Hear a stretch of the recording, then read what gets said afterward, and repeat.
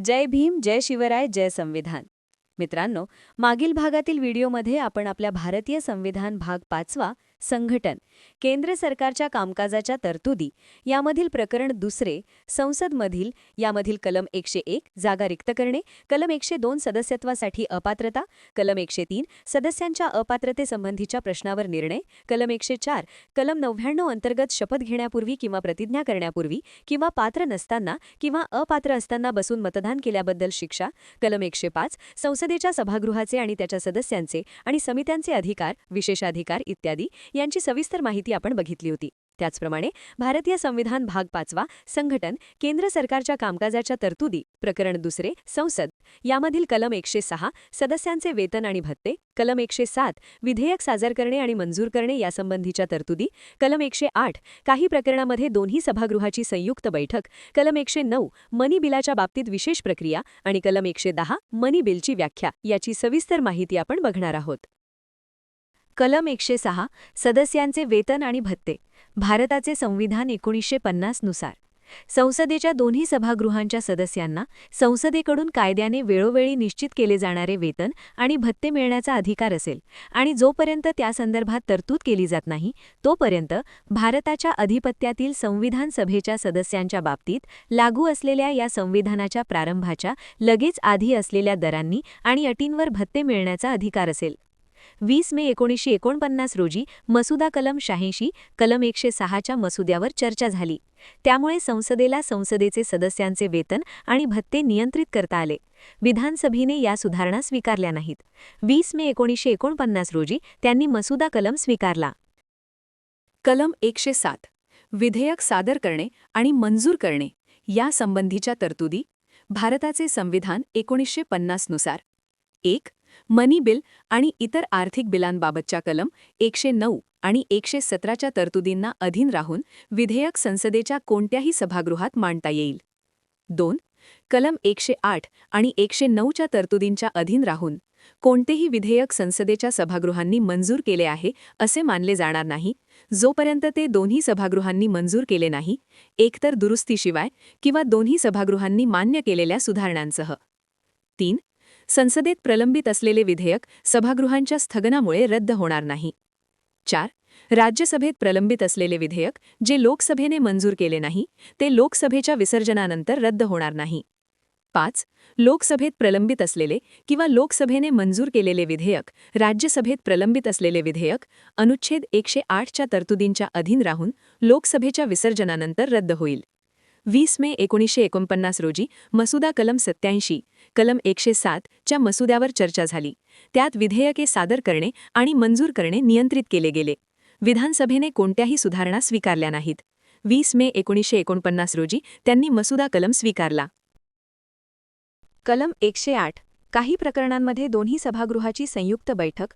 भारताचे संविधान 1950 नुसार 1. जर एका सभागृहाने विधेयक मंजूर केल्यानंतर आणि दुसऱ्या सभागृहात पाठवल्यानंतर दुसऱ्या सभागृहाने विधेयक नाकारले किंवा विधेयकात करावयाच्या सुधारणांबाबत सभागृहांमध्ये अखेर असहमती झाली आहे किंवा दुसऱ्या सभागृहाने विधेयक स्वीकारल्यापासून 6 महिन्यांपेक्षा जास्त काळ उलटूनही ते विधेयक मंजूर झाले नाही, लोकसभेच्या विसर्जनामुळे विधेयक रद्द झाले नसल्यास राष्ट्रपती जर सभागृहे बसली असतील तर त्यांना संदेशाद्वारे किंवा जर ती बसली नसतील तर सार्वजनिक अधिसूचनेद्वारे सूचित करू शकतात की विधेयकावर विचारविनिमय करण्यासाठी आणि मतदान करण्यासाठी त्यांना संयुक्त बैठकीत बोलवण्याचा त्यांचा हेतू आहे. परंतु या कलमातील काहीही मनी बिलाला लागू होणार नाही. 2. खंड 1 मध्ये उल्लेख केलेल्या 6 महिन्यांच्या कोणत्याही कालावधीची गणना करताना त्या खंडाच्या उपखंड क मध्ये उल्लेख केलेल्या सभागृहाचे कामकाज सलग 4 दिवसांपेक्षा जास्त काळ स्थगित किंवा तहकूब केले जाईल अशा कोणत्याही कालावधीचा विचार केला जाणार नाही. 3.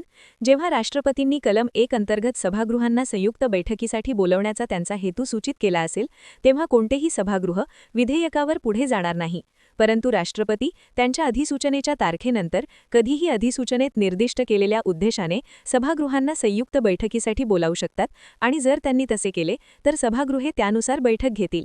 4. जर दोन्ही सभागृहांच्या संयुक्त बैठकीत मान्य केलेल्या सुधारणांसह जर काही असतील तर विधेयक दोन्ही सभागृहांच्या उपस्थित आणि मतदान करणाऱ्या एकूण सदस्यांच्या बहुमताने मंजूर झाले तर या संविधानाच्या उद्देशांसाठी ते दोन्ही सभागृहांनी मंजूर केले आहे असे मानले जाईल.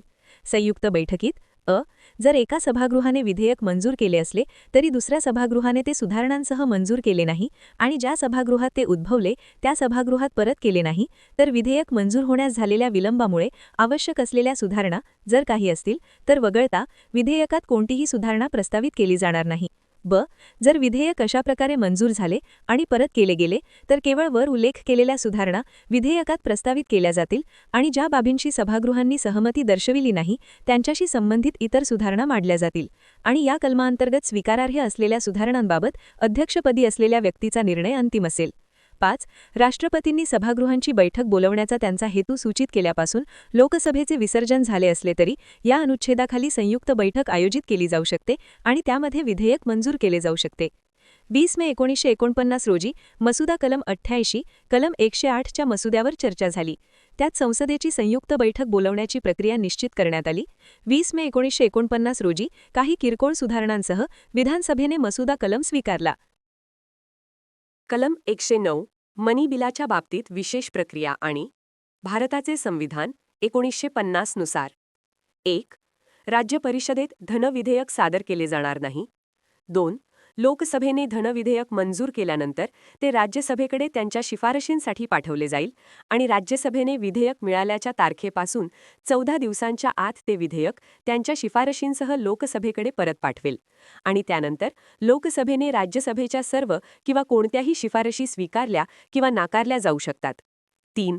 जर लोकसभेने राज्य परिषदेच्या कोणत्याही शिफारशी स्वीकारल्या तर धनविधेयक राज्य परिषदेने शिफारस केलेल्या सुधारणांसह आणि लोकसभेने स्वीकारलेल्या दोन्ही सभागृहांनी मंजूर केले आहे असे मानले जाईल. 4. जर लोकसभेने राज्यसभेच्या कोणत्याही शिफारशी स्वीकारल्या नाहीत तर राज्यसभेने शिफारस केलेल्या कोणत्याही सुधारणांशिवाय मनी बिल ज्या स्वरूपात लोकसभेने मंजूर केले होते त्याच स्वरूपात दोन्ही सभागृहांनी मंजूर केले आहे असे मानले जाईल. 5. जर लोकसभेने मंजूर केलेले आणि शिफारशींसाठी राज्य परिषदेकडे पाठवलेले धनविधेयक 14 दिवसांच्या उक्त कालावधीत लोकसभेकडे परत केले नाही तर ते लोकसभेने ज्या स्वरूपात मंजूर केले होते त्या स्वरूपात उक्त कालावधीच्या समाप्तीनंतर दोन्ही सभागृहांनी मंजूर केले आहे असे मानले जाईल. 20 मे 1949 रोजी मसुदा कलम 89 च्या मसुद्यावर चर्चा झाली. त्यात मनी बिल मंजूर करण्यासाठी एक विशेष प्रक्रिया प्रदान करण्यात आली. विधानसभेने वेळ मर्यादा 30 दिवसांपर्यंत कमी करण्यास मान्यता दिली आणि 20 मे 1949 रोजी मसुदा कलम स्वीकारला. कलम 110 मनी बिलाची व्याख्या. भारताचे संविधान 1950 नुसार 1. या प्रकरणाच्या उद्देशांसाठी जर विधेयकात खालीलपैकी सर्व किंवा कोणत्याही बाबींशी संबंधित तरतुदी असतील तर ते धनविधेयक मानले जाईल. म्हणजे 1. कोणत्याही कराची लादणी, रद्दीकरण, सूट, बदल किंवा नियमन. 2. भारत सरकारने पैसे उधार घेण्याचे किंवा कोणतीही हमी देण्याचे नियमन करणे किंवा भारत सरकारने हाती घेतलेल्या किंवा करायच्या असलेल्या कोणत्याही आर्थिक जबाबदाऱ्यांबाबत कायद्यात सुधारणा करणे. 3. एकत्रित निधी किंवा भारताच्या आकस्मिक निधीचा ताबा अशा कोणत्याही निधीमध्ये पैसे भरणे किंवा त्यातून पैसे काढणे. 4. भारताच्या एकत्रित निधीतून पैशांचे विनियोग. 5. कोणत्याही खर्चाला भारताच्या एकत्रित निधीवर आकारण्यात येणारा खर्च म्हणून घोषित करणे किंवा अशा कोणत्याही खर्चाच्या रकमेत वाढ करणे. 6. भारताच्या एकत्रित निधी किंवा भारताच्या सार्वजनिक खात्यातून पैशाची पावती किंवा अशा पैशांचा ताबा किंवा जारी करणे किंवा संघराज्याच्या किंवा राज्याच्या खात्यांचे लेखापरीक्षण.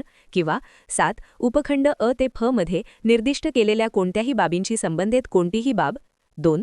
फक्त दंड किंवा इतर आर्थिक दंड आकारण्याची तरतूद किंवा परवाने किंवा प्रदान केलेल्या सेवांसाठी शुल्काची मागणी किंवा भरणा करण्याची तरतूद किंवा स्थानिक प्रयोजनांसाठी कोणत्याही स्थानिक प्राधिकरण किंवा संस्थेद्वारे कोणत्याही कराची लादणी, रद्दीकरण, माफी, बदल किंवा नियमन करण्याची तरतूद. या कारणामुळे विधेयकाला अर्थविधेयक मानले जाणार नाही.